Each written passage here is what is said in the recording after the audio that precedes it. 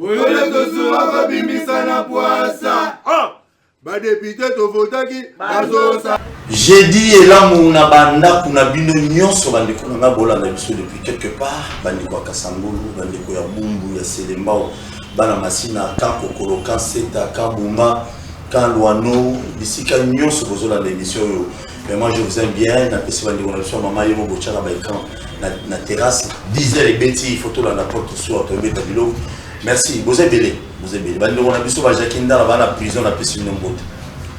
Cambere, Kouloutou, on a Cambere aux Andes, la prison Makala, la prison Bot. Posez belé, même dans ma cacho, même dans ma souciade, la prison Batunion sur Bazou, du Kamay, au Tala, monsieur Lelo, la prison en Boté belé, Lelo, toujours sur la Macamouni, Tobé, Tablo, 277 députés nationaux, Bavotaki, y compris dans Bosso, Bavotaki pour un départ, et un ministre national de l'économie, Bako ici pour la ligne, à gérer le ministère, on a mabé, on a mis que gérer le ministère. Il y a beaucoup de choses. Moi 6 millions qui nous sont à Thomson et puis si mon boulot Thomson et y a tellement donc économie dollar et mati bilo va rouler mati ba lobino il faut longwa maintenant na sujet où tout ça on va rebelle to lobanakat l'autre vous avez dit il y avait d'autres personnes qui disaient que non ba député nationaux on a besoin qui $700,000 auprès ya ba libanais pour ba ça parce que ba libanais semblerait ba yebsaka ministre face à face que non tozo longolo ministre.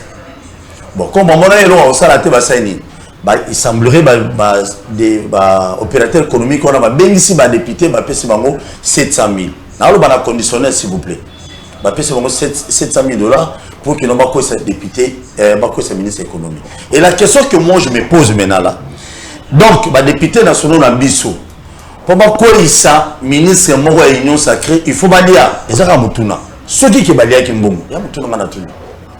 Tout le monde parce que Ramba, l'émission Rama, Joana Yana, ministre Wanaya, Bako ça a été.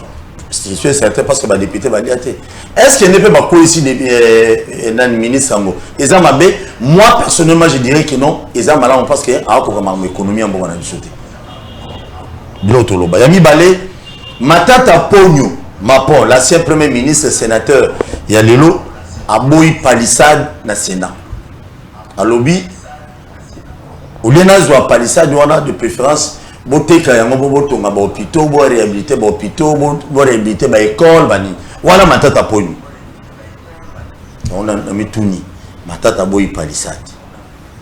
Ka poza na moi belé ou bien ka pona ki congolité pende aso. Ça mutuna. Si j'ai na biso asuka na Sénat ba kabolo palissade. Salaire enseignant ko matam koni. Na répété si j'ai asuka. Na Sénat bazo kabola ba palissade ni ba kabola na Assemblée nationale. Mais salaire enseignant et policier ko mata mon colonie. Nazala ba éviter na ngai. Nazala ndeko na biso René Flori, on a dit il y a IDPS Flori il y a IDPS et puis na ndeko na ngai ya Jean-Pierre. Ça va? Non, ça va Paul. Paul, merci. Ah, bien. Oui, bien, Kabila a traité Binoti Lelo. Non, nous sommes un parti organisé. Hein, nous avons justement une organisation interne à partir d'Abusso et nous savons comment nous nous comportons. Donc, ce n'est que normal. Un parti qui a des députés et à l'organiser. Donc, on a eu plus sans sa question. On a dit oui.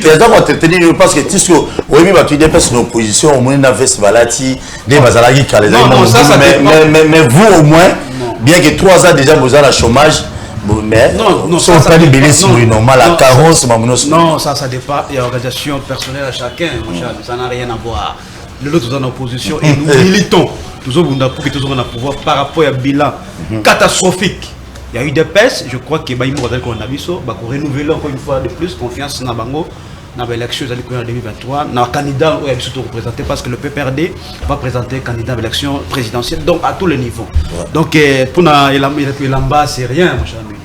Ça va faire ce tour là, ou ta Turquie, ou ta Chine, donc ils allaient organiser chacun d'entre nous, donc et en autre qui nous allons vu que nous allons sortir. Merci beaucoup. Les alliés, en tout cas, je suis fidélité toujours la Kabila. Justement, c'est ce que je voulais dire. Nous faisons la politique autrement. Donc ça la politique à valeur. Donc ça la politique à conviction. Nous allons tous dire qu'on a chop té. mais tous au monde va tout ce soir ce qu'il est là parce qu'il pouvoir échanger donc va lundi bon la mangeon de balbac non tout ça la politique et la valeur et que malgré que tous nos pouvoirs nous continuons à être derrière nous continuons à être derrière n'est-ce pas Joseph Kabila Kabange qui a une vision pour ce pays, c'est important. Merci beaucoup. Ndekolanga Doudou Azali membre du bureau exécutif national et AFDC parti à Bahati Lukwebo. Bonne. Ouais Paul, ça va, tout ça bien? Très bien. Très bien. De Bahati normal. Très normal. Bahati c'est une école donc voilà, c'est normal, très normal, là c'est bien en mission de service. Pendant tout le bas, donc à la normale, tout va bien. Est-ce que Modeste Bahati Lukwebo sur le plan politique, il peut être un modèle pour nos jeunes Congolais? Mais modèle à Makassi. Parce que la TV, hein? Je te dis que Bahati a sa école. Il a ses défauts en tant que personne physique, un individu. Mais en tant qu'acteur politique, en tout cas, à sa école. Parce qu'il sait à quel moment mettre où le pied et pourquoi. Mais le combat politique, d'abord, il faut que nous avons la politique pour nous pouvoir. Et puis, incarner ma valeur par rapport à la vision aux anangos. Et lui, il le fait bien. Je crois que Batebele, c'est une je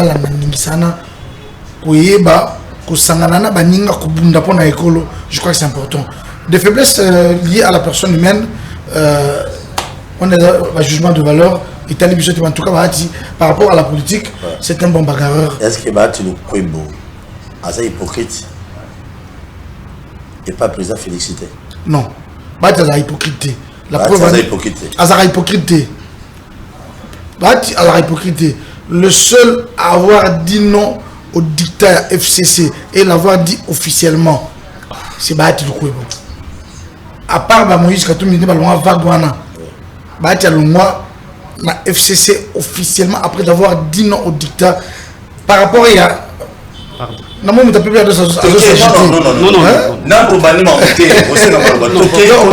c'est le seul à avoir dit non au dictat FCC n'a non respect il y a principe et mode et comment on va FCC FCC est contenu sur 3 pages caca statut non 3 pages.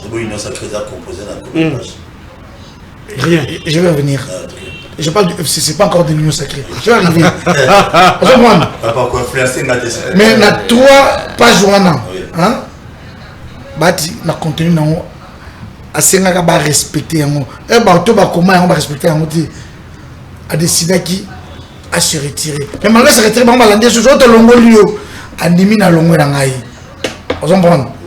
et il a pris le courage de dire à l'autorité morale FCC que je n'ai pas un problème personnel avec vous, les gens à qui vous avez confié la charge, il y a autant de salissement de Sergi, coopérer bien de Ndenabendani. Voilà, oui. Donc c'est encourageant. Ma crainte est que non, Ndenge va être président Kabila Mukongo, président Félix Mukongo, espérons bien Ndenge Ndekonangaï, non, c'est un homme fidèle. Mais pourquoi vous parlez? Non, Marat n'a pas de problème ici. Présentement, il est bien, il est à son poste, il est loyal. Donc 30 secondes na linka kana non nazolinga parce que nazolinga na répondre à mon ami qui dit que non Bahati a dit non à Kabila, c'est bien parce que je n'ai pas dit à Kabila simplement avec vous au FCC Kabila, moi je parle du FCC. Attendez mais l'autorité morale du FCC c'est Joseph Kabila. Autorité morale qui pourquoi non mais parce que je empêche non je vous empêche pas de parler mais je vous dis que je ne vous empêche pas quand vous dites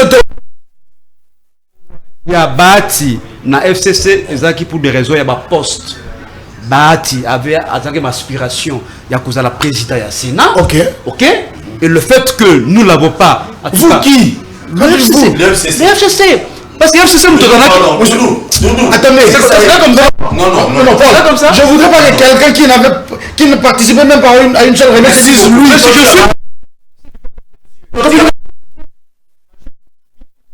non monsieur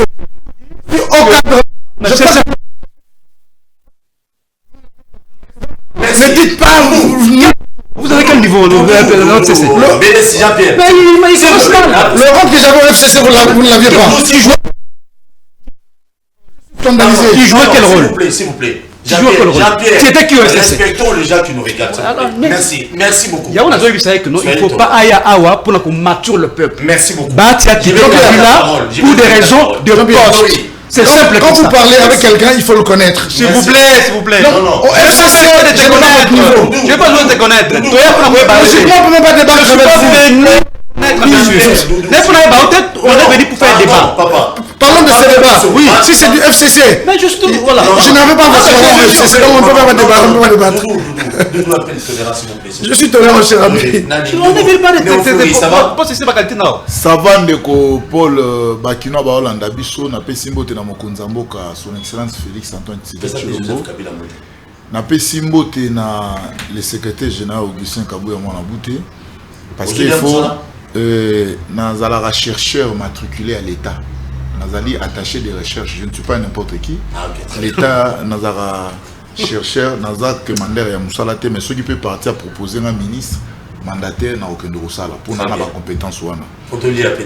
Et Koliate mais faut servir Mboka. Néropole, le monde d'entrée de GBL, c'est Alexis Bizalé. C'est-à-dire que Alobina Monogonaï, que Bango va savoir la politique à valeur. En quoi est-ce qu'il y a des valeurs ici?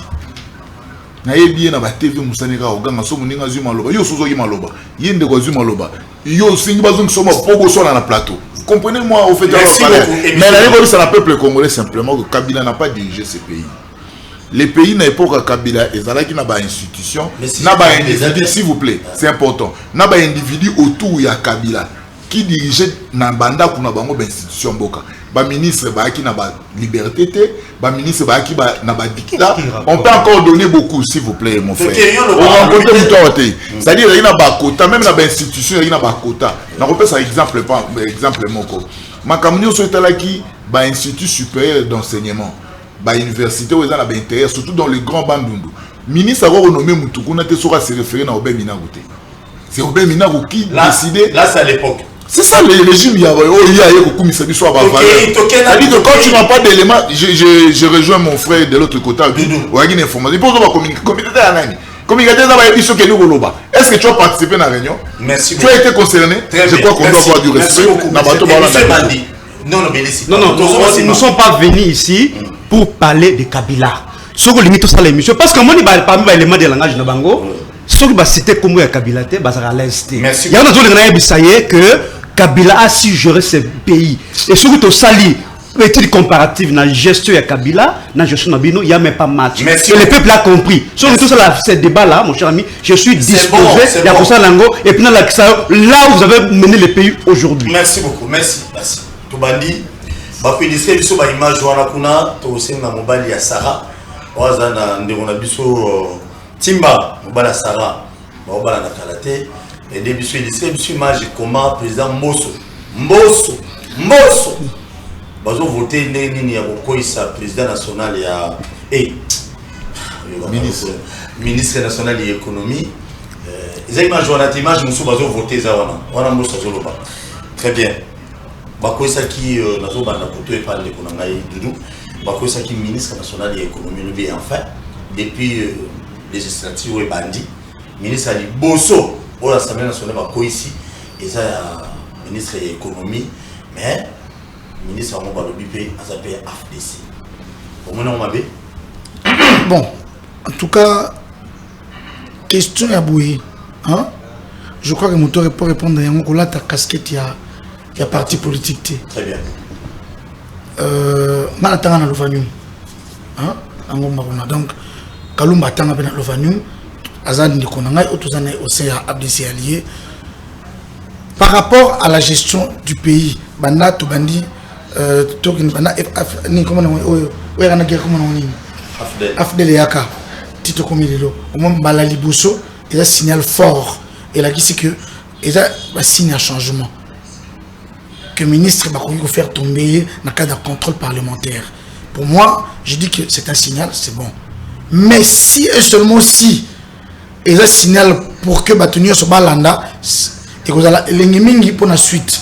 Mais ce qui est un spectacle d'un groupe de gens basali complot par jalousie, par haine pour faire tomber mon Ningamoboué, là c'est mauvais. Mais je crois que c'est Rolanda.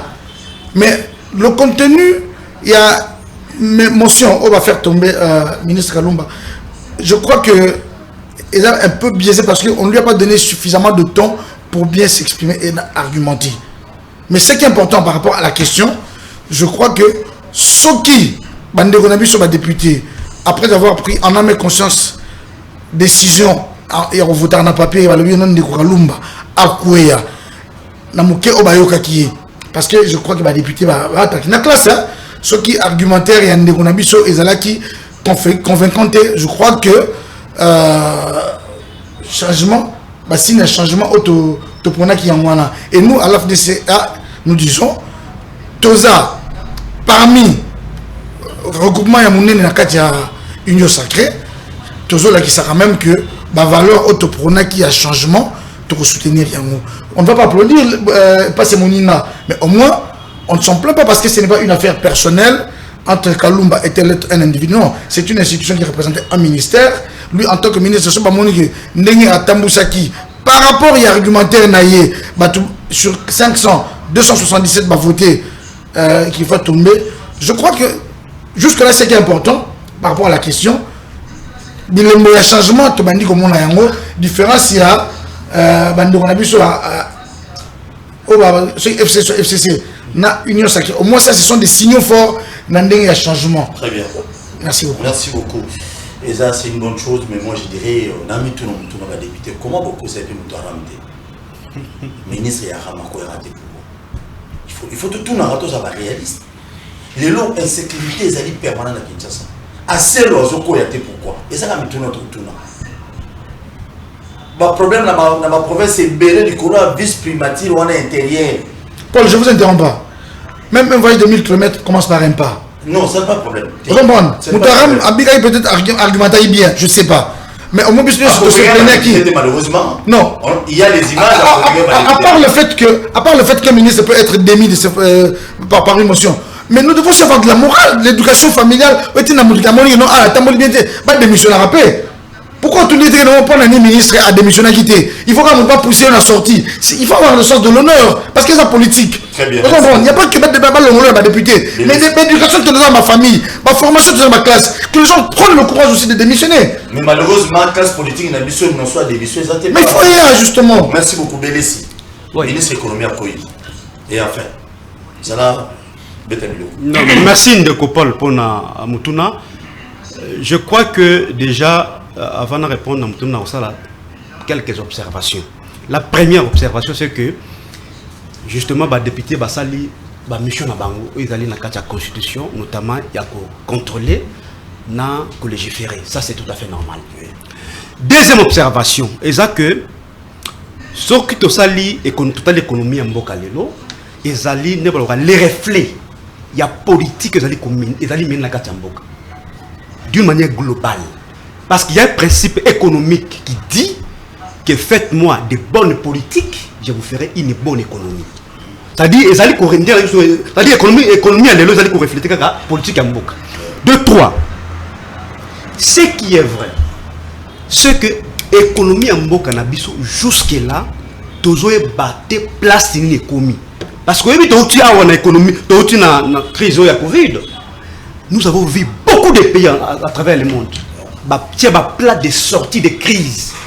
Il y a la pandémie. Parce que c'est que la pandémie a affecté beaucoup d'économies. D'ailleurs, l'économie mondiale a été affectée. Il y a que chaque pays a un plat de sortie de crise de l'économie. Mais jusqu'à présent, tu as évité ce qui est l'économie à niveau. Elles sont en termes de croissance. C'est-à-dire, l'économie est en place et les lots sont en niveau. C'est comme ça que la statistique pour l'économie est se porter bien ou pas. Jusqu'à présent, il n'y a rien dans ce sens-là. Troisième observation, c'est que Paul, ce gouvernement, ce régime, ils ont une solution en tout cas actuelle et temporaire. Je écoute notre débat, il y a chanchard, il y a pris la hausse des prix sur les marchés. Alors que notre économie jusque-là, elle est dépendante de frustration au niveau international, c'est-à-dire parce que notre économie est extravertie, il a fallu que nous développions un mécanisme, c'est-à-dire politiquement, il y a qu'on promettre la production au niveau interne, mon cher ami. Parce que mon cher ami, il y a des riz qui pourrissent, aucun matadi awa, aucun nini awa, mais il n'y a rien dans le sens qu'on permet de ce que Banzela, la route des desserts agricoles. Ils allaient dégager, en fait, que tu créer, n'est-ce pas, un marché au niveau interne, afin qu'elle permette à une production locale. Moi, j'ai attendu le chef de l'État. Alors, que j'ai réussi à trouver la clé, n'est-ce pas? Il y a Koli Bakinois, notamment acheter un bateau de pêche de Paul. Jusqu'à présent, bateau de pêche les alliés à niveau nul. Voici les vraies questions de fond. Pour Nangaï, personnellement, je sens justement que non, il y a là, n'est-ce pas, incompétence, il y a ministre, il y a économie, n'est-ce pas, et qui jusque-là n'était pas en mesure de nous dire là où notre économie se situe à ce niveau ici. Mais aussi, tu peux évoquer quelques cas ici, notamment certains députés, qui aussi, normalement, des bases qui vont subir le même sort que le ministre et l'économie, notamment ministre, il y a Pétentique, il s'appelle qui Kibasa. Nous l'avons dénoncé, c'est Ramsey. Et ça a dit ni une taxe, ni un impôt. L'Assemblée nationale, tout le monde sur le débat, la question sont clairement qu'ils ont dit ni une taxe, ni un impôt, parce qu'ils ont dit un soubassement juridique. Parce que toute taxe, tout impôt doit avoir un soubassement juridique. Mais aussi, tout le monde qui a mis la commission ECOFIN. Que non, cet impôt, cette taxe ne s'est retrouvée dans aucune prévision budgétaire, mon cher ami. Pourquoi est-ce que Nekouana a couetté? Nous avons compris tout simplement que non, ils allaient parce que je suis allé tromper du côté UDPS. Ça n'a jamais objet. Merci. Il y a ma motion de défiance. Merci. Parce que Nekouana, ils allaient qui va. Tony Mwamba. Donc, tous ceux qui sont de l'UDPS, mon cher Bazali, protégés. C'est ça la vérité. Lui, c'est tiré en conséquence, mais du point de vue économie, ils allaient en berne. Mais quand même, tu es content parce que le ministre, on a quoi il tout simplement, merci. Il n'a pas su gérer cette économie. Merci. Mais aussi, on a dit que Madame Akassia, qu'il y a eu des détournements de millions de dollars. Quelle est la suite? Sans suite. Merci. Merci beaucoup. Mais excusez JP, parce que l'objet est qu'il y a une différence entre FCC et Union Sacrée, ministre et Union Sacrée, il y a une différence par rapport à la mais c'est ça la théâtralisation à vie politique. Justement. Non, regarde. Parce que Yoka, vas-y. Tout ce qui est dans le dossier dit de l'Union Sacrée, posté 100 jours. Le ministre pardon, tous sont dehors. Même ceux qui ne attendez s'il te plaît. Même quelle sera la suite logique qui va événement? Parce que même si on va changer Moutou, est-ce que le fait d'avoir changé Moutou est que Bongi? Merci. Il faut qu'il y ait une politique générale. On peut savoir la question de ma réponse. Non, il faut qu'il y ait une politique. Non, il faut qu'il y ait une politique générale du point de vue économique. FCC au cas de la réunion majorité présidentielle. Ce n'est pas ça le débat. Ce n'est pas ça le débat. Le débat, il est beaucoup. Voilà ce qui s'est passé. Oh là là. Chadar, ministre, Kazem, gouverneur, a tombé, parquet Zongissier, Chadar a bloqué la décision. C'était ça. Ça, c'était pas du théâtre. Qu'est-ce que vous racontez, mon cher ami? Rappelez-moi en bonne. Merci beaucoup, Doudou. Qu'est-ce que vous racontez? Florie, pardon, Doudou. Florie. Politique na bino abatu union sacrée zaki boko esa mingi baye o baza ya IDPS cité la ministre wana ne bakoyaka ke o IDPS faut protéger bango Tony Mwamba il semblerait au gérer mabe à Selo mais moi aussi aujourd'hui o économie comme ça FDC bo livrer na bino pour notre ça du exemple.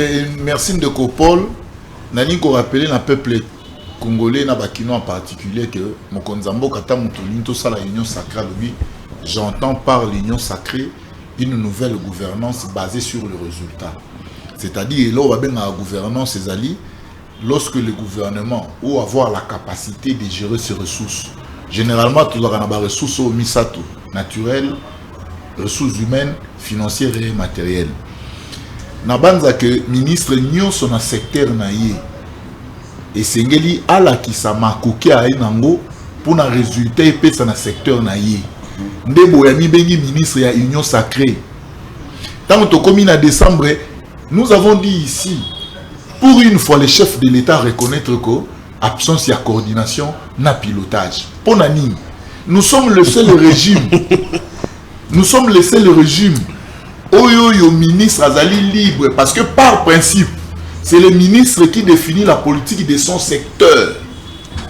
Nous sommes le seul régime oh ba ministre ba kana dictaté ba benga ba on a ba téléphone té il va ba bolo ba Flo mais na zolo ba tout le monde malé mais tout so qui ba ko benga ba ministre ceux qui balaient bien dans la ministre dans le téléphone, la place qu'occupe le président Bahati au sein de l'Union sacrée, ministre Kalumba n'a pas été.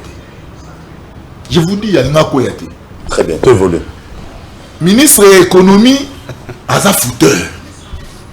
Parce que, et là on est bien dans la macroéconomique, ça c'est important. Macroéconomique, c'est analyse de la situation économique et financière. Totalement, bon, stable. Mais bilo, vous avez pas quand vous faites une étude sur le terrain, vous se rendez compte que les alliés ont prix ciblé. C'est-à-dire qu'il y a quelques produits, parce que l'inflation est généralité. Ou est généralisée. Or, dans le secteur, on a ce qu'on appelle le comportement des opérateurs économiques.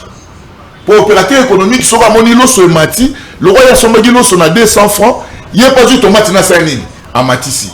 Oh, ministre Kalumba au départ, il a bien formé par OPJ, a formé par inspecteur. Normalement, logique, ils ont été tirés dans le terrain. Parce que lorsque l'État est fort dans un secteur, il fera ça la tête de Roger, la salara, maquiller bien que ma méthode, moi, rappelle-moi bien, tu es Gilles Lingeti. Mais il faudra dire moi ça, la opérateur économique, va sentir présence il y a l'État dans le Canégopole. Parce que veste, ce qu'on a dit, c'est matité, chemise est matité, chaussures est matité, pour la niga à l'osso. Quand on a des produits bien de repos, on a des produits ciblés. Dans le principe économique, les alliés comportement, il y a des opérateurs économiques. Normalement, l'État, il faut coincer bango. L'État faut tellement parce qu'il y a déjà une loi qui existe sur le juste prix. Et c'est un élément important de repos. On a qui de rebelle si à Wazoloba. Économie n'a biso to ibesi kezo kendete. Je vais lui poser une petite question à un journaliste, c'était maintenant tout en réfléchissant. Est-ce que dans un pays, vous avez 18 ans à pouvoir, vous avez une économie extravertie, c'est une fierté. Vous avez une économie qui dépend de la Libanda. Vous avez une politique de production. Mais vous avez mis tout dans mon tournate. Vous produisez nini. Est-ce que non, non.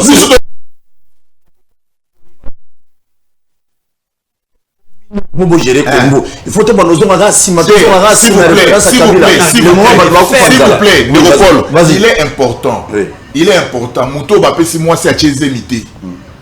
Moi c'est à Keipa voisin Chezemi. Ailleurs déclarer que moi c'est à Zangai. Tobozo mselanga moi c'est moi c'est à Chazemité. Vous comprenez, ça dit qu'à un moment donné, ceux qui parlent de ça à Bissau Passi, c'est comme si par Congolais vous avez dirigé de Copol. On peut s'y produire. Par contre, Bissotoye, nous avons relancé les services nationaux.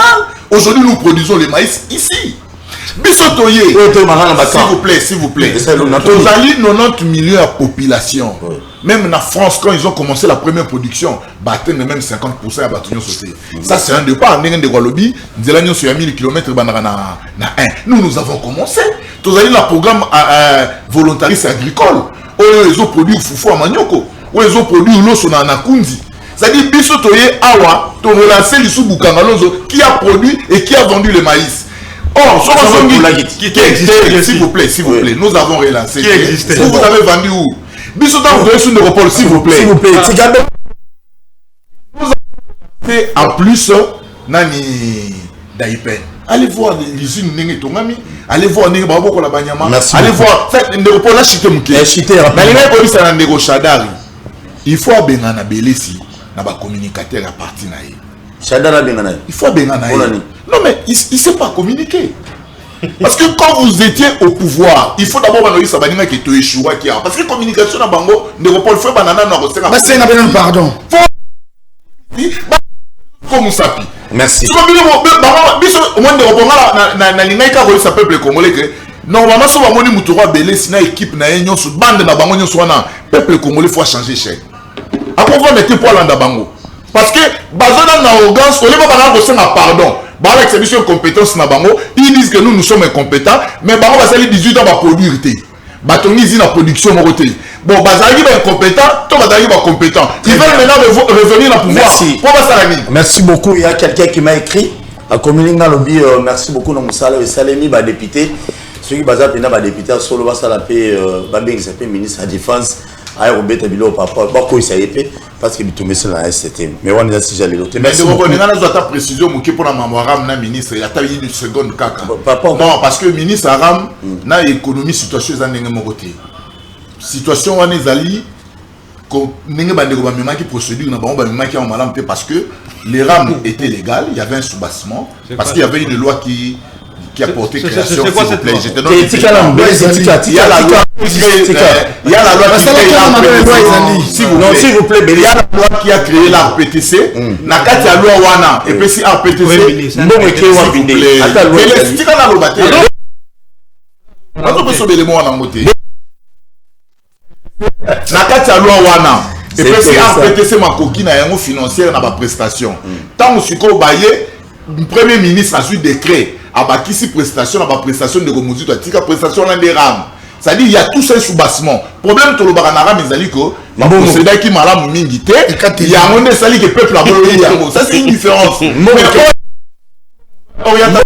la loi donne cet argent en fonctionnement ya RPTC donc mbongo wana ya fonctionnement ya RPTC c'est la plus élément mbongo ya rambo bakati biso fonctionnement RPTC eza na RPTC c'est ce qui dit la loi c'est ça qui dit la loi merci beaucoup merci c'est important nazozongele pa na j'ai dit un grand merci à tout le monde batbola na biso de part et d'autre tozobeta bilo lelo na fungola téléphone tozan de kona monsieur Doudou ya FDC tozan Jean-Pierre Belesi ya PPRD tozan de kona monsieur Flori ya IDPS Matata Ponyo aboyi palissade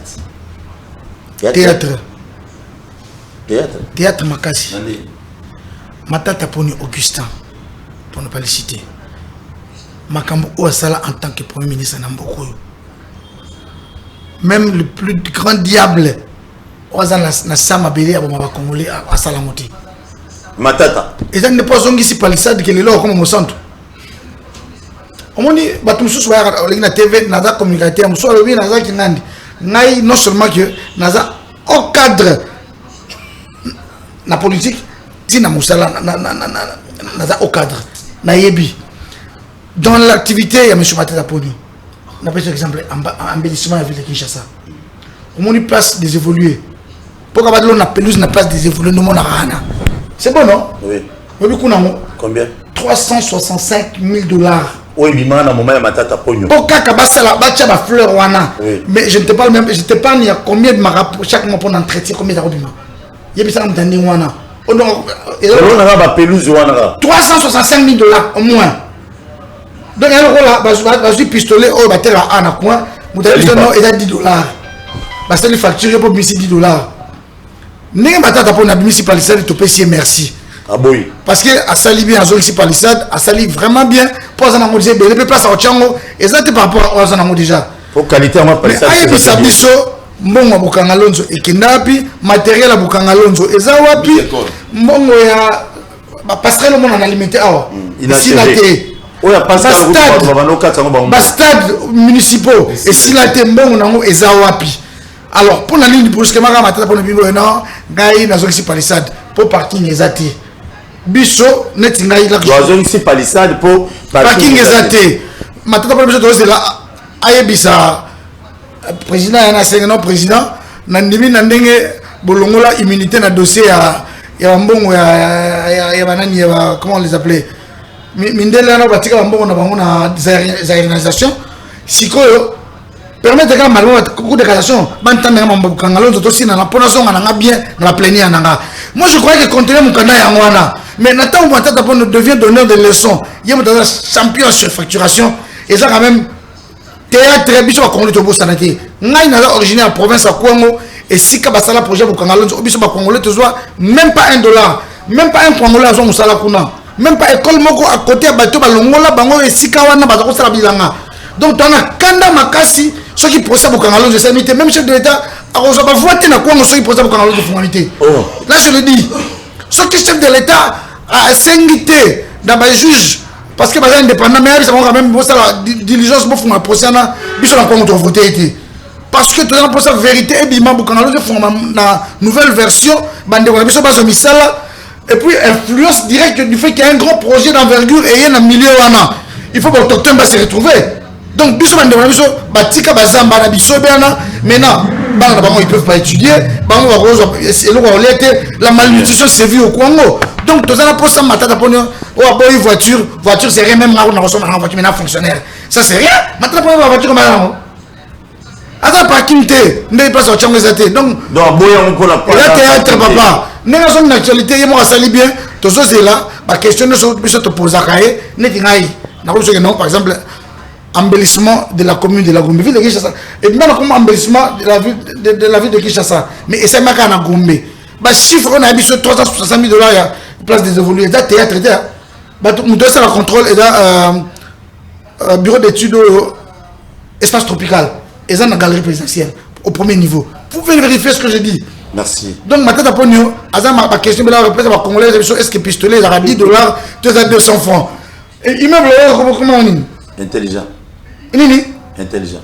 Bon, il y a un peu de voilà. T'es né, mais. Combien?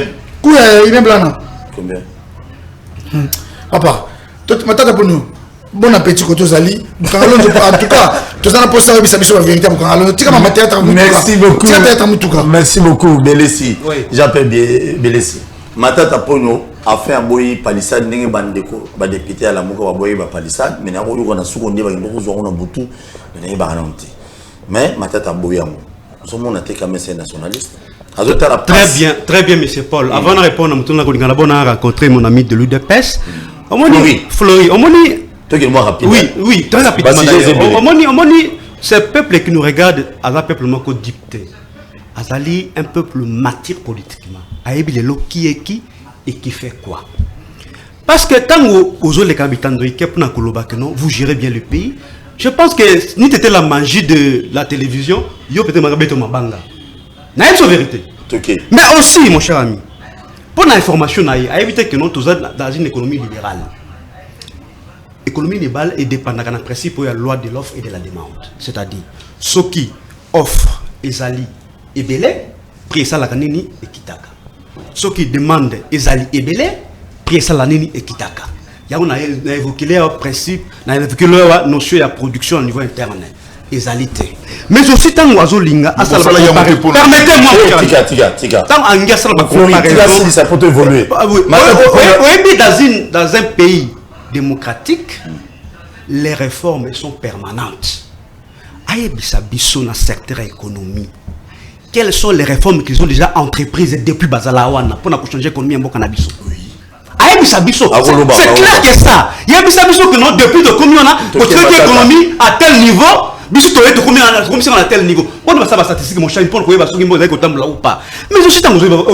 question à mon cher ami. Est-ce qu'on tout ça la comparaison vraiment? La gestion d'abisso, bah contrôle de vie à peuple sous notre gestion, la gestion de l'IDPS, mon cher ami. Merci. Combien foufou. Donc, mon cher, vous savez, la l'union sacrée. Ça, c'est le bon, je vais quitter le plateau. Ils sont deux de l'union sacrée. Nazolinga Aïbisabiso, sous Joseph Kabila, ça combien foufou, ils allaient coûter combien? Les lots, ils allaient coûter combien? Ça vaut les coques. Et écoutez combien sous régime de Joseph Kabila, soit sous la gestion de Joseph Kabila, les lots ils en ont combien? C'est comme ça que va faire la statistique de Paul. Pour que les lombos ils allaient coûter ou pas. C'est quoi le pouvoir d'achat les lots? L'une des raisons va évoquer dans des situations où sont dans des situations il y a un ministre de l'économie. C'est juste pour le dire que non, il y a hausse, il y a prix de denrées alimentaires.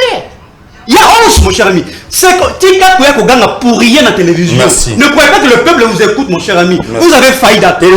Vous témoignez, Bissot. Oui, vous avez failli dans tous les domaines. Et que le long, vous faites quelque chose, mon cher ami. Vous ne faites rien. Mais aussi, pendant que vous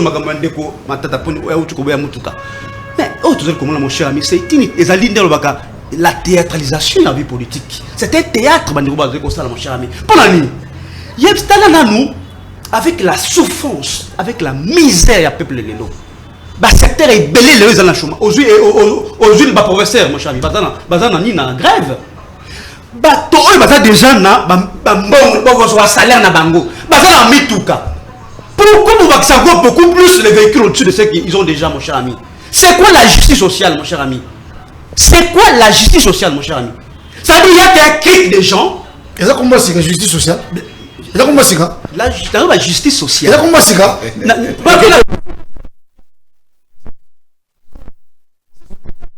Que vous n'avez n'avez pas pu appliquer. Maintenant, vous venez de donner des leçons. Non, Doudou, pardon, s'il vous plaît. Tu as dit ça. Bon, si va député, va député, va palissade. 500 députés, va palissade.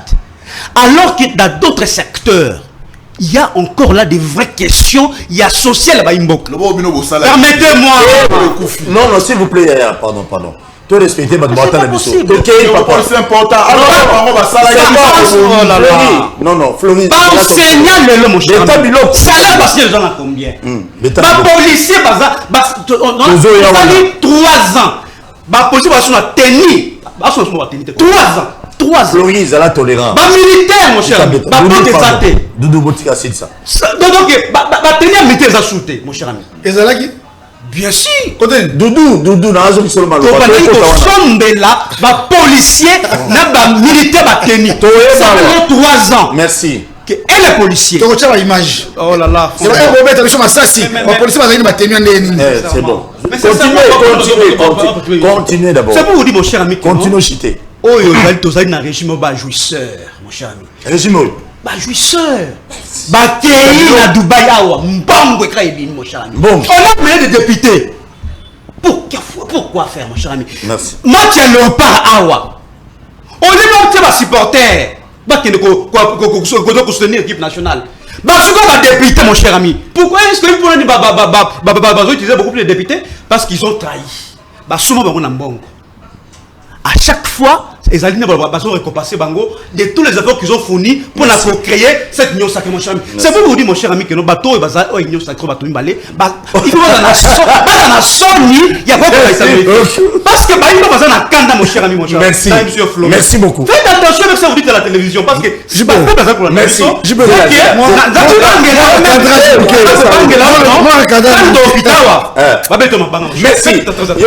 merci beaucoup. Non, besoin de quitter la union. On peut perdre la tête. C'est là. Téléphone est fou, moi. Non, on peut ça maloma. Sois calme, non, on appelle ça maloma. C'est quand on a rappelé, j'ai une émission, ce qu'on bengi de 1 au petit volume de la télévision. Au petit volume de la télévision, c'est le cancer. Mais, bon, je suis Floré à Silici, c'est j'ai une émission sur que j'allais être le ministre de l'économie, Balongoli. Est-ce que le ministre comme sous soit Koyawana? Il est lié au Kita. Et ça va me tourner à Bandako. Et pour l'année, les salaires, Bakonzi, Bazomon, on peut ça, sénateur, Badjip, député provincial au chef de l'État, il y a dernièrement. Bon, qui est au chef de l'État, il y a un député provincial, moi, à l'objet, je suis non. Oui, il député, à Kalinga, on loba. Tant que tu as boyo non papa yenza lesili et na soka député mo matin zo maloba non on a besoin pour ça biso ba jeep ba land cruiser on a ba député provincial et bima na munoko ya mo ba député to yambaki aw donc bazo songer kana ba jeep na ba politicien mais salaire et enseignant il y a policier salaire il y a médecin bazo boulé à monter pour nani s'il sera maman tata pogno rapidement merci Ndeko Paul. Na yo comprendre que ba député siko ba zoom sala na bango ba comprendre vision Mokonzi Mboka ministre ya économie atikala na ba méthode akala tant bazo tout na olikambu na mo ya bengi batu ba communicateur ba comportement oyo akaboli $6,000 ba kaboli 300 bitumbe bandi akaboli bana $100 nous avons connu toutes ces pratiques. Le ministre de l'économie akaboli ba mbongo oli akeno convaincre ba député il est tombé ba nyonso bazoki ba mbongo na wana lelo usko basali nini ba kosi opinion ne ko ebisana ba kongomani matata ponyo balobaka Fachi merci IDPS merci oyemoko na mboko azalaki soki na Guinée tant azu convocation à parquet mbamoko bandi justice manipulée justice boye mais tango aye awa matata nano féliciter justice wana te nano reconnaître que justice est comme indépendante parce que tant azalaki na libanda alobaki na kei ko affronter justice na yebiki ba kananga mais wana mi faut lobaka menani Fachi merci IDPS merci. C'est pas ça. Ndeko matata ponyo sali ba ONG moko ezoslo na pelouse ndeko Doudou alobaki yango bazali kozwa $1,400,000 le mois.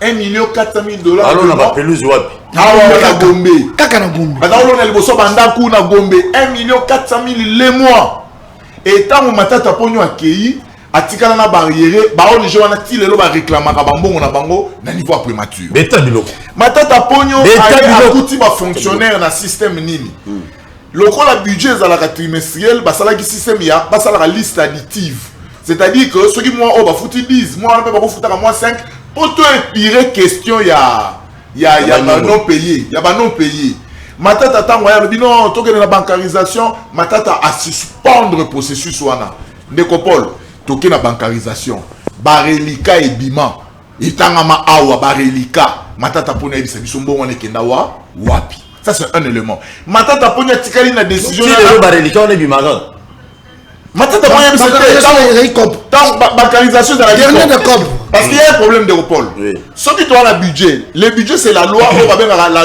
loi des finances ce qui va promulguer en et comme opposable à tous. Ce qui va na mutu na yo 1000 francs. Et si tika beta biloko, tika beta biloko na mutu na yo 1000 francs. Ne repos erotika la mula mobima boko bima.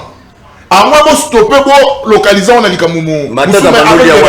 Matata yebisa biso ba relika zwa kana bancarisation atia wapi. Ça c'est un élément. Matata yebisa biso makambo fibo boutique, ayebisa biso point ndeko kabila boya ko pesa mbote. Ça c'est un élément important. Ba telema na biso ba to pesa kabila mbote kabila boya. On va revenir. Matata Ponendeko a tongi ba immeuble là, au moins il a celle de réhabilitation, c'est comme ça lui bouffer l'argent de l'État. À réhabiliter banda buna royal. Neko belé sur yibita aller vérifier. C'est la terre. Moi je défends pas Matata. S'il vous plaît. Matata le gouvernement de la FCC. Et puis l'autre là ba biongo ya ba ascenseur fonctionnant, il fallait qu'il se que ya pour bazom ça va foutre ba chinois, ba ascenseur banda ko sala. Ko kene na royal là ba immeuble wana nyonso. Ba ascenseur ba foutre mbomboté. Autongi immeuble intelligent avec beaucoup d'argent à l'État, immeuble sans parking. Au sommet on envoie. N'a pas mon et sans parking.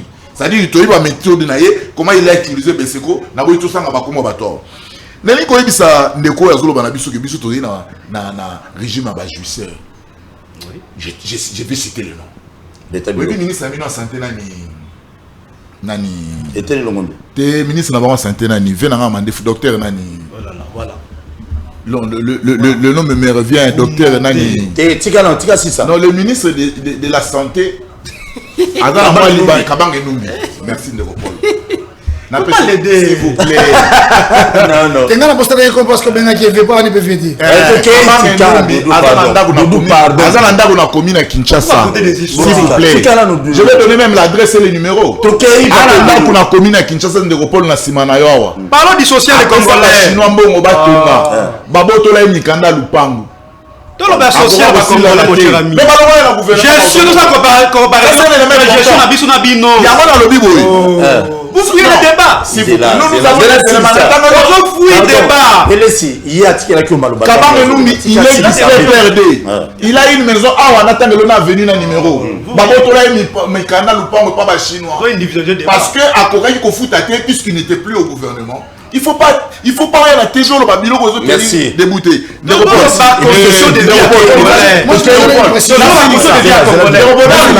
S'il vous plaît.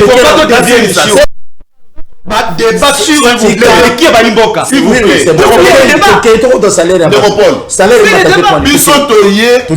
Des solutions. Nous avons fait ça solution à Nini. N'a pas problème au bandeko basagini. Batikaki. Il nous parle d'une économie libérale. Or, quel est le comportement d'un gouvernement ou d'un État lorsqu'il adopte système il y a économie libérale? Ça continue jusqu'à présent. S'il vous plaît. Pourquoi? Parce que bino boye la politique à production té. Bison économie pour faire face à cette question, il faut tout ça la production. Et nous avons commencé la production dans le pays. Bison tozu la mesure to lobi, mbongo ko bimasu na mboka té plus de 10 000 $. Et ba kanga ndeko wini ba konga pona bima na mbongo belé ko côté des histoires. Tout simplement non, pour lutter contre l'inflation, parce que l'économie ya nani ya mboka. Yango to lobi bo biso tozali na ba mesure tozu, tozali na ba voix to tie mboka, mais il faut comprendre tout simplement que ba conséquences tellement énormes de Paul. Ba moi ce que bazoye ba bazoya ko communiquer dans le troisième gestion. Merci. Troisième gestion. Non, ça dit que troisième gestion s'il vous plaît. Troisième gestion. Gestion dans les armes. Tout ça le déficit à 3%. Merci beaucoup. Mais par contre, ça fait 47%. Mais monsieur. Ça combien à tous les pays combien? Là tout le monde au Europol. Là ça combien l'eau na combien? Merci. Batiki na combien? On n'a pas d'éléments, monsieur. Fleury, pardon. Non, s'il vous plaît. Monsieur Paul, rapidement le pays tel qu'il marche aujourd'hui, qu'on le veuille ou pas, Tozabato. Nakati bino ezala mutsa tonga ndako. Ndako eza fondation. Tu sais que les fondations okutaki, la fondation ba brique ya zelo. Pas si na sur béton. Akutaki sa béton pour pas si ezali c'est vrai. 3 ans c'est vrai. Il y a parmi les décideurs 3 ans, mais vous avez 18 ans sans production. C'est bon, toké Doudou. Non, mboka ndenge ezalelaki. Beta biloko Doudou. Na tango ya bandeko na biso FCC PPRD. En tout cas, na chance que na sala na l'état na yebi. Bangounez bakotalanga parce qu'ils me connaissent personnellement. Obemina ko ebinga, Shadar inga Kimbuta ebinga, na tanso matata ebinga, final babouye. En tout cas bakulutu. Et c'est quand je suis un Congolais, je frère na biso JP, bo senge pardon parce que bo bébé si jeunesse na e. Ça m'étonne que auto comme ça a dit mais toi tu étais avec nous, n'est-ce pas? Bah tu as fait avec combien d'années? Qui est avec nous, mon cher ami? C'est ça la politique. Comment la politique? Il y a d'angement. C'est-à-dire, bon, ça politique va valeur. Chop chop. C'est ça la vérité. Mais par contre, ça la politique va valeur.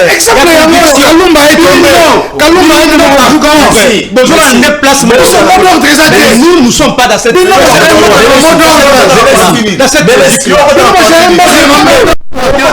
qu'est-ce qu'il fait? C'est un parti des voyous.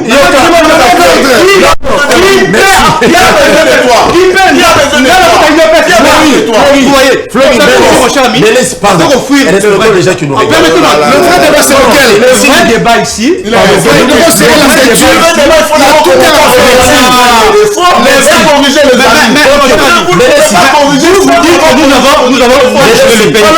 que vous faites aujourd'hui? Faites mieux que nous.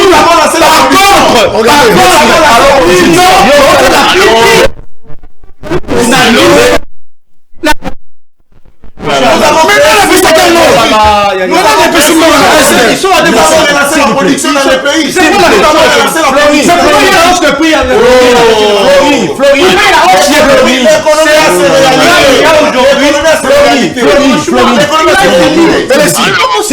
C'est quoi ils sont à deux, mon cher ami. Allô, bonjour. C'est pas vrai. Allô, bonjour. Oui, allô. Tozo papa, beta bilo. Obengi wapi comme nani? Obengi wapi comme nani papa? Papa André. Papa André, tozo kawo. Na lobi na bengi nangalema Papa André. Tozo kawo papa beta bilo. Bon, alors l'émission. Na lobi na belande émission na bino très bien. Oui. Alors, ça me déflorait de bien, on peut critiquer Kabila, mais ça la moussala sur terrain, et non Kabila. Le nom de Kabila doit revenir, ça, pourquoi nous avons opposant, nous sommes dans la majorité, mais ils doivent travailler parce que nous ne sentons rien sur terrain par rapport à Kabila. Si l'observez bien, ces derniers temps, les gens réclament Kabila. Voilà. Alors, nous regrettons jusque-là, vous n'avez rien fait. Je suis enseignant, mon salaire, c'est de 300 000. Et avec 300 000, nous avons fait la ndabandengeni. Et pendant que moi, je n'ai pas besoin de faire zim. Moi, je suis beaucoup de là, dans le salon, je suis mais vous blaguez avec l'argent pour les leaders. Vous êtes vraiment des suceurs, vous? Si c'était moi, vous ne pouvez pas passer dans les débats politiques parce que vous n'avez rien fait pour les peuples. Merci beaucoup, papa Jean-Pierre. Merci beaucoup. On se dit un peu de vérité. Merci. Merci, papa. Moi, c'est le garaté. Non, mais laissez Tikana n'a pas d'appel. Doudou, vous savez, ça va dans calme. Pardon, Tikana n'a pas d'appel. Tikana n'a pas d'appel. Doudou, vous payez. Allô, bonjour. Tikana n'a pas d'appel. Allô, bonjour. Oui, allô, bonjour, papa. Allô, bonjour, papa Paulette Tosoua. Oui, papa, bengi wapi komunani. Na bengi bino na commune Ngalema, kombo nanga monsieur Augustin. Augustin Kabouya. Non, Augustin Poiti. Ah, ok, ça va. Ma soeur Augustin Kabouya. Beta Bilo, papa Augustin. Papa Paulette Tosoua. Beta Bilo. Na lingina recadrer mukie nani mutu oyo ya Basi Lokwebo. Doudou. Oui. Beta Bilo. Oui. Papa, Kina Joseph Kabila. J'essaie où il y a lobby à Joseph Kabila ma vie. Mais il faut pas partager en mot bango mibale ya yebi yango te à quoi répondre yo toleki bana ye toke na moto ya Félix Tshisekedi wana oyo bango bazokumisela biso lelo gestion na bango ouais beta biloko biso peuple congolais tolobi boye tokoloba lisusu eloko moko te tofandi kimia tozozela bango soki basilisi mosala na bango bakanga bisaka na bango bakende pas de problème na oyo bango baza kosala peuple congolais lelo. Merci beaucoup la contribution d'Ondeko. Ok, merci beaucoup Doudou bozala patient babeta biloko bon tant to bimisa basata der évidemment. Allô bonjour. Oui, allô bonjour. Obengi api comment na Ndeko? Toujours Ndeko André na ngana rappeler Ndeko Flori loko moko. Lissus. Oui. Ouais. Ndeko Flori tozana EPT mais toujours kaka bambonge bokende ki mboela bopesi biso promesse na avril mais jusqu'à là besoin ningana te tozotalela bino na avril pour total la promesse na bino bokakutir na nini soki abokate avril oyo bino bokozwa sanction moko na 2023 ekozala somo. Merci beaucoup, merci. loba lokola kozala cour constitutionnel na babiloko mosusu article 64 zali mon cher. Tika moto loba na téléphone Doudou. Qui ça Jean-Pierre Bozanga na ikala tête. Merci papa, merci beaucoup. Mais le solo ya enseignant on a je crois faut poser la tine en fin avril. Sur ba salité on a ndé beaucoup copier ça m'a cassé minimum sous. De ce que je sais. Allô bonjour. Oui bonjour. Obengi wapi comme on a ndeko. Babeni la commune Masina. Ah bana Masina beta bilo. Trésor, beta bilo mwana Masina. Yebisa bataille de Pessoana. Baza na problème sérieux la population congolaise. Tozonyo kwama. Pasi ngala kuweza tende kona ngai. Pasi za na mutema. Soko moni baninga basalaki mabe. Ino bando kupika mabe baninga basalaki. Merci beaucoup. Yebisa bango. Baoki mambao. 2023. Merci beaucoup. Malheureusement 2023 élection aux la tête né dans yokana ba couloir moi glissement moi une année to deuxième élection aux en 2024 na souka to début 2025 vous provoquer peuple hein et il faut to lo ba vérité et vous allez bongo provoquer peuple pardon botikana vous provoquer peuple allô bonjour Flori base bengi allô bonjour yokana allô bonjour oui papa bengi wapi komunani na bengi bino na nsele kombo nanga Fiston papa Fiston tozo okayo problème nanga na lingaki na tuna mutuna moko na benvité na yo bazawana bazo okayo kitala volume ya télévision papa sali nyonso kuba bimisa ministre ya économie kitala volume ya télé na yo tosola bien basali nyonso lelo po ba bimisa ministre ya économie oui alors ministre wana bimi tobeteli bango maboko ebongo nini semeki ya chef de l'état oyo nini ministre ya ram Kibasa situation na eti lelo eza wapi yango tolingaki totuna et puis tuna nano ba invité na yo pourquoi baza kaka na kombo ya Kabila aussi longtemps que Kabila tika bango kala mais lelo tomoni nini bakomi na alias kale soi-disant Jean-Claude Van Damme. Est-ce que Jean-Claude Van Damme wana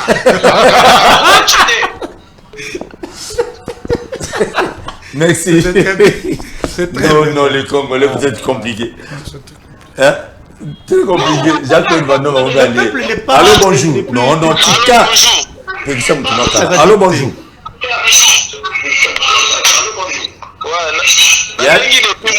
Qui t'a volume à télévision, boy biba principe na biso. Qui t'a volume à télé to sur la bien ya. Voilà, bengi de bimbu de Jobitu. Jobitu beta biloko. Ba invité bazo ka. Na bandi na mutu azana gauche na yo. Dudu. Right. Hier azala na 18 ans. Hier abeti dali sola bien. Tant azo rappeler mutapepe na koloba keno. Appel de jeunesse na ye. Hier na 18 ans. Na ko gagner bango ba gagner o bongisa ye. O azo le bebele na TV lelo. Voilà ta veste kitoko wana lati. Azo ke mona neni. Mobutu problème yate. Merci beaucoup. La zone côté kuna siko côté ya présidence. Tala, kitala volume à télévision pas ma. Na sengi siko eloko moko. Yo kana kitala volume à télé na yo papa ngai. Yo matu molie to kei beta biloko muta présidence azo. Na kiti. Muta présidence azo ka. Ye côté muta mané côté ondeko langa muta IDPS. Oui, présidence. Yemo ndenge azala consciemment na ebite ya liaka bien, ya za bien, ya liaka bien famille za kitoko, bango bazolia kitoko po apesi biso titre na so aza ministre soki nani yango cadre mo soki ndeni. Ya yebite ke biso tozo souffrir, to mataka transco na mbudi yango tisiko transco zo ya te. Foto mata 500 boka ke zandu, zo ya te. Na tango yo le nom de présidence ali. Nga makati yo. Monia tout le monde a battu président pouvoir.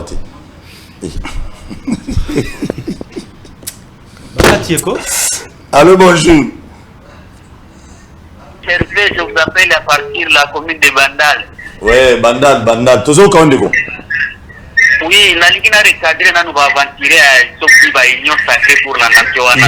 S'il vous plaît, papa, s'il vous plaît, avant de continuer, retirez l'aventure. Si vous retirez retirez mon nom, s'il vous plaît. Et puis, tout ça, vous m'appelez là. Ok, je retire. Merci. Bon, la ligue n'a préoccupation, mon papa, tout soit au Sungana, nous disons. Beta Bilo. Il faut tout ça, la formation pour la INPP. Tout ça, la formation de la INPP, tout ça, la formation à gestion des projets.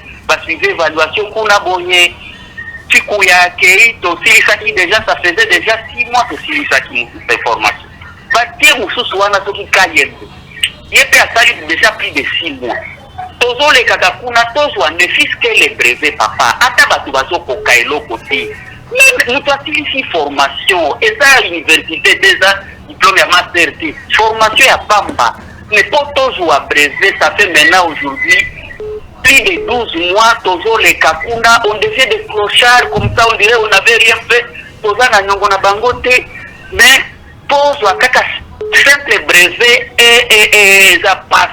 Na évité ce qui régime au bandeko, bakolo, nini nde bakokoka kosala, nini lisusu nde bakokoka kosala. Pour signer ne fût qu'un petit brevet, c'est vraiment un problème. Merci papa. Merci. En tout cas, ça passe mingi na régime, et ça mawa, et ça passe. Courage, Simba. Papa Zobeng, on a bana ba pembeni. Nazo ya quelques appels et bon nazo ni sama lo baba tuni dudu mutuna batuni présidence mutuna yo batuni lo te de yo pour lo baté. Non, na lo bana. Te yo lo baté. Yo batuni yote. Tant que que nos peuples aza dicté. Aibi qui fait quoi lelo? Yango la réponse va bien bon maki. So bo sala bien lelo. Allô bonjour. C'est ça la réponse. Eh papa Tika. Allô bonjour papa Paul. Oui papa bengi wapi komunani. Ko swani sangate. Comment on a télévision pour na bengi na Gombe? Ah bana Gombe. Tozo ka. Tozo ko se plaindre mingi pona IDPS par rapport à makambo azolo bana histoire. Et puis président qui se quede à côté na pouvoir.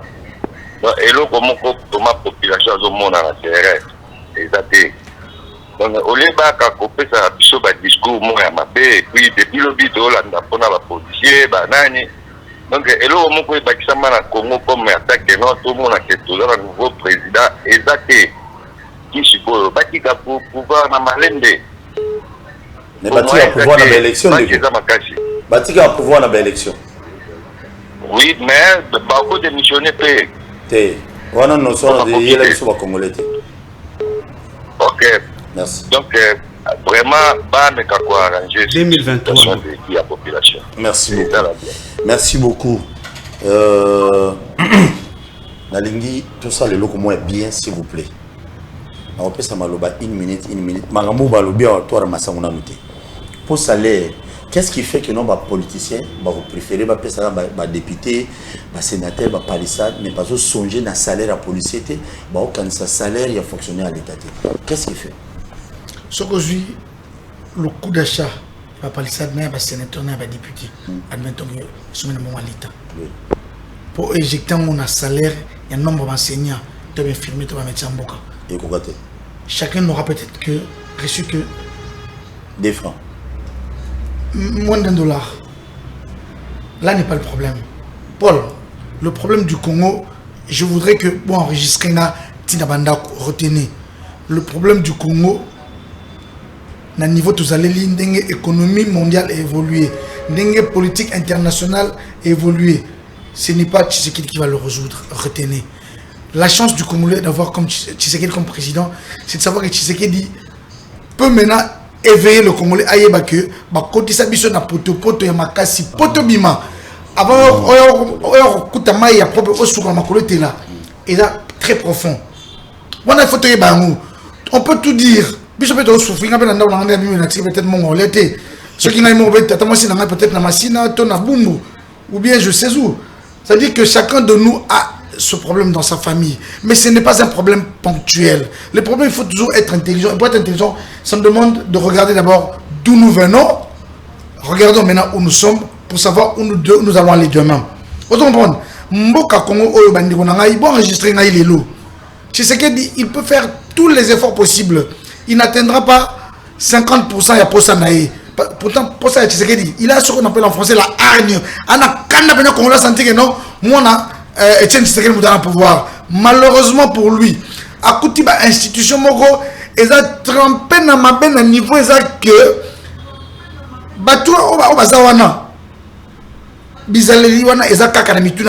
ça ne sera pas facile. Attends,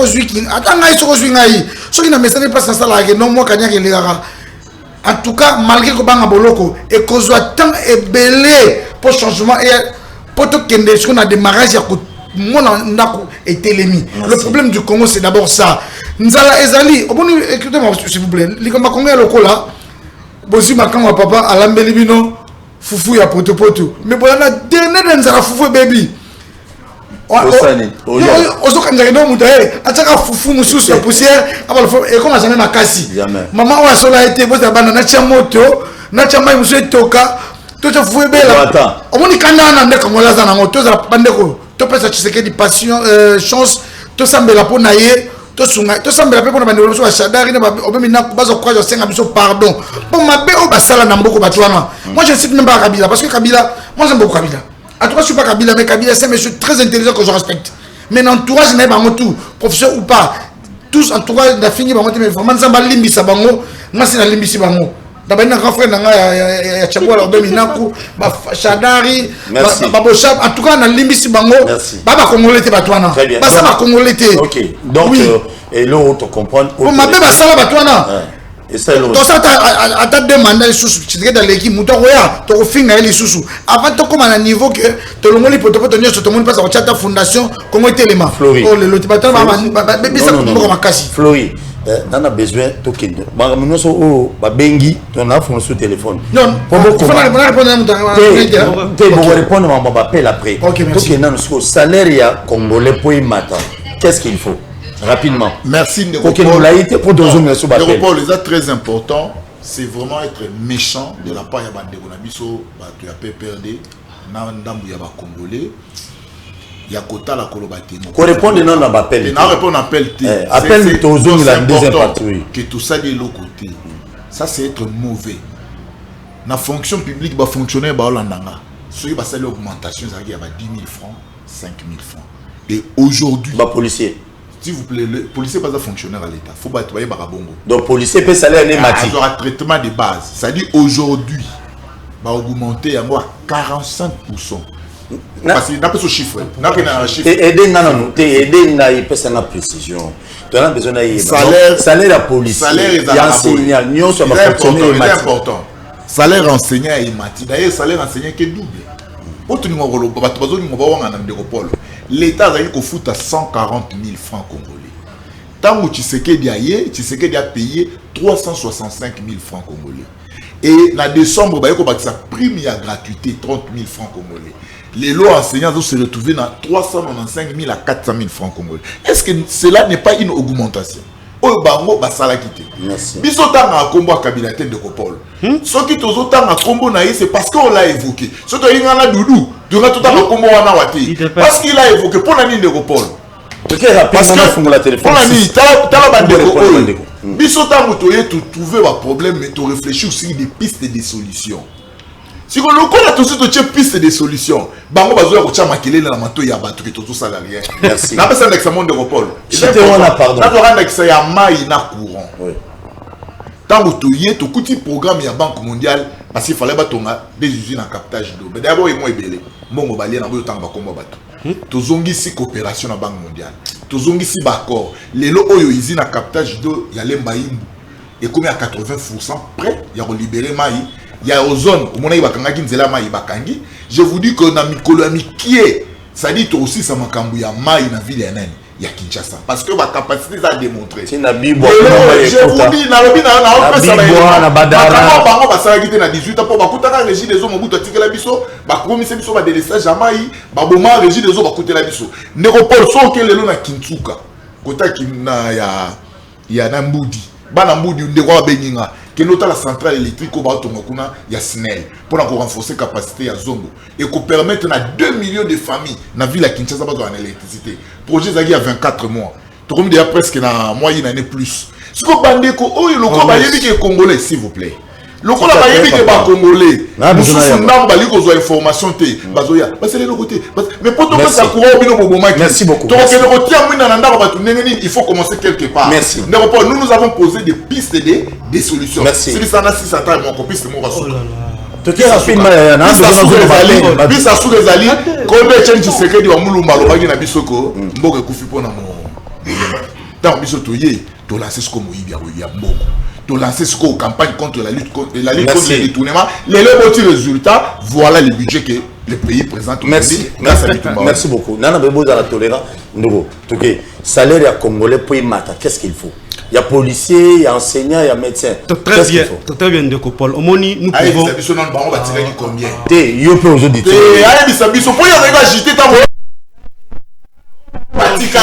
Flori, non, c'est ce que je non, allô, banane, au bango, batikaki. Flori, nous donner des leçons. Dites-nous ce que vous avez laissé. Non, Bélé, c'est ça. Bélé, s'il te plaît. Paul. Flori. Pourquoi tu as agité? Non, non. Pourquoi tu as agité? Témoin. Quand moi je parlais, pourquoi tu as agité le micro? Pourquoi tu as agité? Donnez-nous les salaires que vous avez. Pourquoi tu as agité? Donnez-nous les salaires avant de nous faire des leçons. Pourquoi tu as agité? Non, soit. Pourquoi il a agité, mon cher? Attends d'abord. Nani, Ndego. C'est pas Flori. vrai. On a besoin. Tous en minute ici. Il faut tous la battre. Alors pour tous sur le téléphone, tu sais c'est leur salaire. Mais tu ne peux pas bien. Parce qu'il y a outil de pouvoir.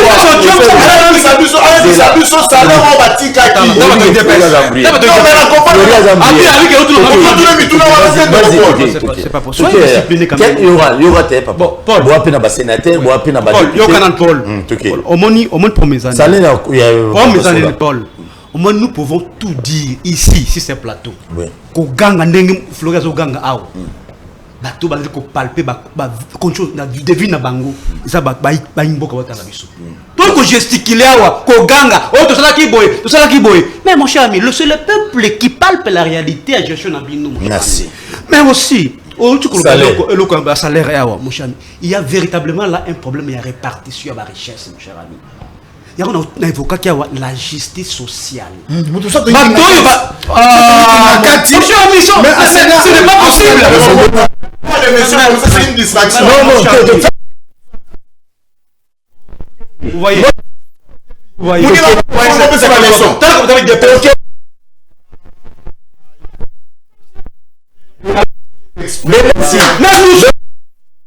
C'était moi. C'est pas possible, mon ami. Tu es discipliné tout de même.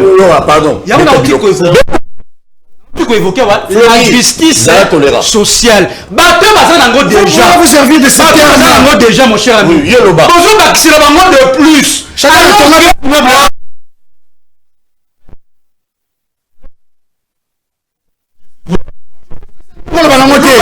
Utilise des termes autres que ceux-là. Mais hier, on a utilisé le terme. Ça va 2 immeubles. Comme témoin. C'est ça qui est sacré. Non, on a aussi ça, mon cher. Non, pourquoi aussi ça?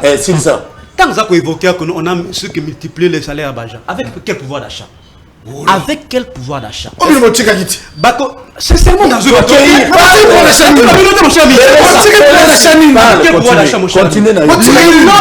hausse du prix des denrées alimentaires. La hausse, 500 000 francs, 400 000 francs. Mais dans le marché, pour la tous ça combien de dollars? Et ça a 20, 22, 22, mon cher ami. Allez, soit foutu 100 000 francs.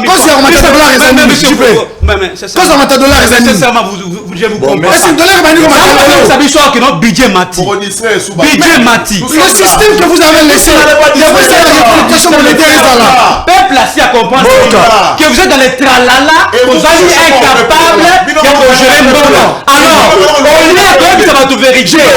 On a non, parce que ça distraction.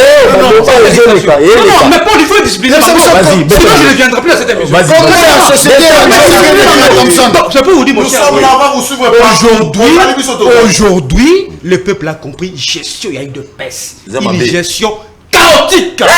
Une gestion chaotique. Il y a un clic de gens. Un clic de gens. Oh, bah, ça dit la richesse, mon cher ami. Il y a qu'un clic de gens, mon cher ami. Et aujourd'hui, le peuple a compris. Il était pas. Ça a déjà impatient d'ailleurs. L'élection 2023, ils ont sombré sous Kabissana, mon cher ami. C'est-à-dire, mon cher ami, nous allons vous chasser en 2023. Le peuple a oublié vos clochards. Parce que nous tenons. Combien de patients? Mon cher ami, mon cher ami, ce qui est vrai, c'est que yo d'abord, tu ne peux pas parler parce que tu étais la gestion à Kabila. Qu'est-ce que Kabila n'a pas donné à Bahati? Qu'est-ce que Kabila n'a pas donné à Bahati? Qu'est-ce qu'il n'a pas donné à Bahati?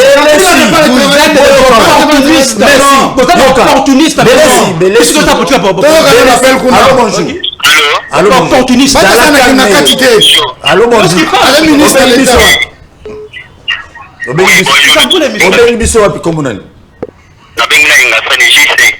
Ah, JC, oui, en tout cas, il y a moins pas. C'est là, non, genre, il y a des il y a plateau de comme dans ma chenille. On a vérité, un moment, des autres, des ans, un moment, comme des autres. Nabi Wende Paul. Oui. L'autre, c'est que mission, il y a des policiers. On a la vérité, parce que on a des réponses dans la bande de Zoaka l'émission na zongi la bande ko ba kamba lelo Flori yo lelo soki bozaki na opposition lelo na ni PPRD azotala nde bino bosala lelo est-ce que ngozo makasa ko sama ka bosa lelo boza extraterrestre te makabo eleka bozo gérer mabe Flori c'est quand on défendre que likambo eza mabe même lui-même là bazo bota biloko belesi ayata ye mon kwazo réalité loba papa to yeba ndito za oh mwana tango même échec na Kabila 18 ans au Salina Kabila. Les lots dans la gamme, nous avons partagé tous les échecs qui étaient dans Kabila. Les lots qui ont une union sacrée. C'est pour aux autres, on a quand Makambo, les 18 ans, les lots avec 3 ans. Et là, on a une bino bossali, on peut s'habiller solide. Mais les gens qui sont fêtés dans notre monde. Ils sont tous les makala na moto, tous les maya, tous les tomates dans fufu. Vous à côté de Yoka. Vous n'avez pas honte. Vous la sonne de ma Belesi. Vous la sonne de ma Belesi. Avec 80 $, à foutre à quoi bah dans la famille à Ozouani. Ma projet n'a pas raté. Merci beaucoup. Merci Ndeko. Oui, Ndeko lui offre dans 80 $. Mais là, message est zoé à son nom de Tanga. C'est une donne bilatérale salaire à 50. C'est pas Mati. Azon Mata Fola. Vous voyez. Il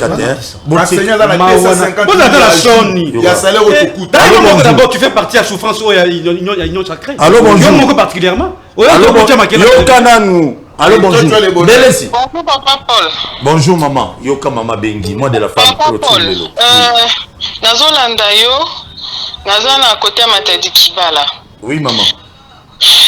Au fait, vous voyez le plateau que vous aviez là. Comment, excusez-moi, Anna Lobadna, 5 ça fonctionne à Lingala. Et ça, le roté bêta biloko. Chacun de vos invités là a une responsabilité civile comme pénale, comme on dit en droit. Les messieurs du PPRD, là, du FCC, ils doivent avoir en fait honte de dire ce qu'ils sont en train de dire, parce que leur gestion aussi était chaotique.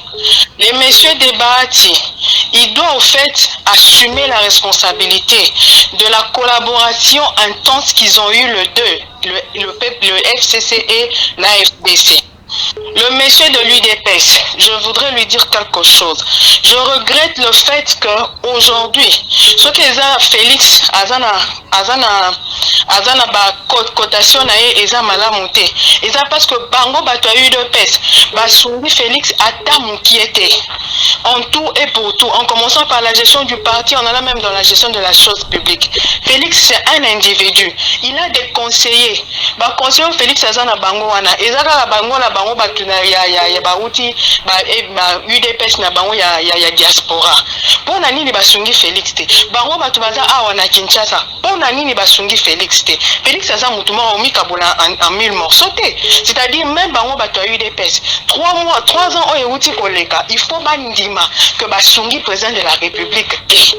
Ndenge l'autre outi koleka eza biloko balambi et Fofo et Tebi. Oui, d'accord, c'est vrai, mais quels sont les mécanismes qu'ils avaient mis en place pour que Fofo en a été battu? Par cela, moi je me dis, je soutiens l'hypothèse, il y a au professeur Wana Lobarou, deux fois la chaîne Nabino, la dictature éclairée. Si Félix avait appliqué la dictature éclairée, en se disant que non, moi je fonctionne avec les demandes de la base, avec les demandes des territoires, avec les demandes des municipalités, peut-être aujourd'hui, tout le monde qui doit évoluer. Quand on parle en termes de salaire, Moutouana, il y a des collaborations à FCC. Il doit avoir honte. Il y a eu quand même une majoration. Bien que les transferts ou encore par possession, il y a un bon moment à l'État, je suis d'accord. Mais au moins, il y a eu une amélioration. Je salue par ricochet des efforts de M. Mbosso. Il y a veuve Nyon surtout. Il y a des députés qui ont touché 178 000 francs congolais. Le lot a touché une affaire à 500 000 quelque chose. C'est-à-dire qu'il a compris que veuve n'a droit à la vie. Mais ils doivent se dire, ce que nous traversons aujourd'hui, c'est tout le monde qui est responsable.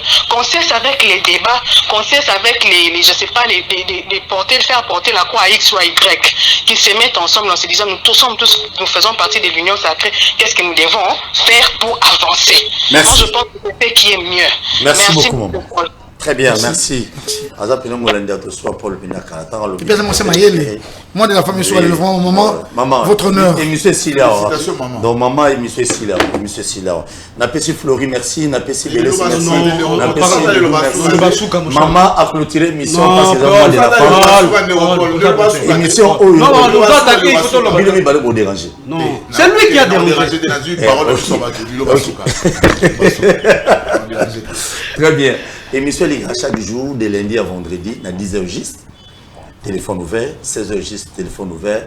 Et puis, rediffuseuse à 21h, à minuit. Moi, je vous aime bien. Nous aussi, nous avons tout le de part et d'autre. Vous vous abonnez massivement à la chaîne sur YouTube, parce que nous avons le BTV. Nous n'avons pas Doudou.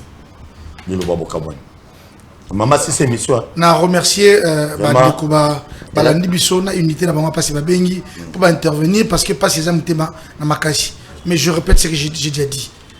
Et là, pas si Sokozana Nzala, ma quand maman alamba qui foufou teba. Mais ce que maman aye pour alamba biso foufou bien. Na mutu moi na nyoso Nzala makasi. Aluka maman atchanga maman foufou pour faire maman makasi. Et bon gâté. Bon supporter maman atche moto, atche maye toka, alamba foufou ya bien. On est en train de mettre des bases. Les gens vont faire porter biso en tant que membre FBC allié non ba tiasaina kabia. Il y avait un système qui a été mis en place au Babel la Kabili et là compliqué. On a détruire yango sans que Mandouké beta pour FCC Kwea. Et la blague te ba prière na bino nzamba yoka yango. Donc ça n'a pas été facile. Merci. Mais lelo malembe Ce que vous avez dit, c'est bon parce que ce qu'on a décidé de nous Chadari, Babocham, Nebaïba, Mboka, Ekobeba, Makassi. Il y a un Tshisekedi qui est patient, tolérant. Donc, vous comprenez. Là, il a des déplacés, mais au moins en tant qu'acteur politique. Pardon, Mboka est sur de nouvelles bases, de bonnes bases. C'est vrai qu'autour du chef de l'État, on a poto, il a profité de Chodrigo. Au monde de temps en temps, il a cadré chaque moutou. Mboka écoutez les mains. Mais Tshisekedi, Jean-Baptiste, Azana nous yézouté. Topé ça est temps, botika, abimi, allons, on a besoin de nyoso, ici là, à ta fondation, pour Moutaroya. Parce que ça va passer Bill Clinton, François Mitterrand, Mobutu Basekou, na Mboka, na niveau Kabila, comme ça, Jango. So il y a tout le qui ensemble 5 présidents. Merci beaucoup. Tu vas avancer merci beaucoup. Pas c'est ça ma casse. Na bosse un coup parce que moi Jacques-Claude Van Damme a continué l'union sacrée. Ah, là-bas. Avant l'union sacrée pour le poste Ndego Flori. Merci. Vraiment une minute. Ceux qui ont débordé ou dérangé au quartier d'émission. Merci Ndego. Voilà. Merci Ndego Paul. Et ça a plaisir les loyaux. Ça fait partie aussi à Bila Mokonzamboka. Nenge population a commis exigeant na bakambi mboka. Banda to banda na ba ajobi sotokola ki nango. C'est pour une fois tout remarquer ce que le peuple congolais il exige beaucoup plus na bakambi mboka. Na lingo bisa peuple congolais te botanga la biso bambula to salité mais botala musala to za kosala. Lelo to zongisi makambo ya mai des usines ya captage visa kotongama poto sungana na makambo ya régie des eaux, lelo électricité d'ici peu plus de 2 des eaux le baki yango déjà. L'émission de repos c'est très important. Et voilà déjà le baki yango. Non, c'est très important.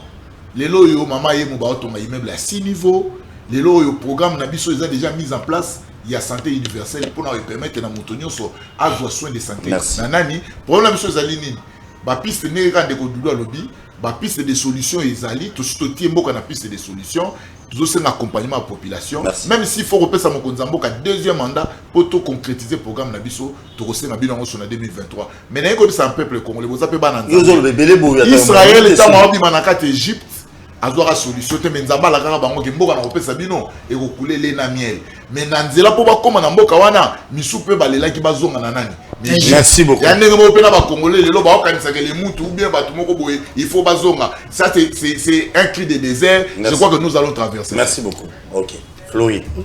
Bélis a dérangé aussi. Voilà. Très rapidement Paul, je crois que mboka etambolaka sur base de statistiques. Est-ce qu'on peut nous faire une étude comparative? Il y a une gestion d'abisso, une gestion à l'élo. Parce que lorsqu'on est élu, sur base d'un programme. C'est-à-dire, vous avez le temps, il y a la diagnostic, où on n'a pas trouvé la solution. Mais malheureusement, tout ça, vous allez coller à tout moment. Vous êtes là pour trouver des solutions. Lobby. Je n'ai pas aussi la prétention que notre gestion était une gestion rose. C'est vrai qu'il y a des problèmes dans notre gestion. Mais seulement, les allez avancer petitement. Mais les lots, bien au contraire, les allez reculer. Hier, mais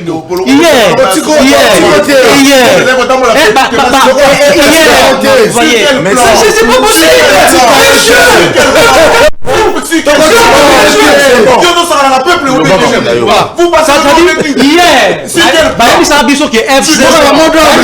FCC allez bloquer mon permettez-moi monsieur FCC allez bloquer Mboka les lots FCC est sur la coalition toza to comme wapi les lots administration wapi wapi wapi vous voyez mon cher ami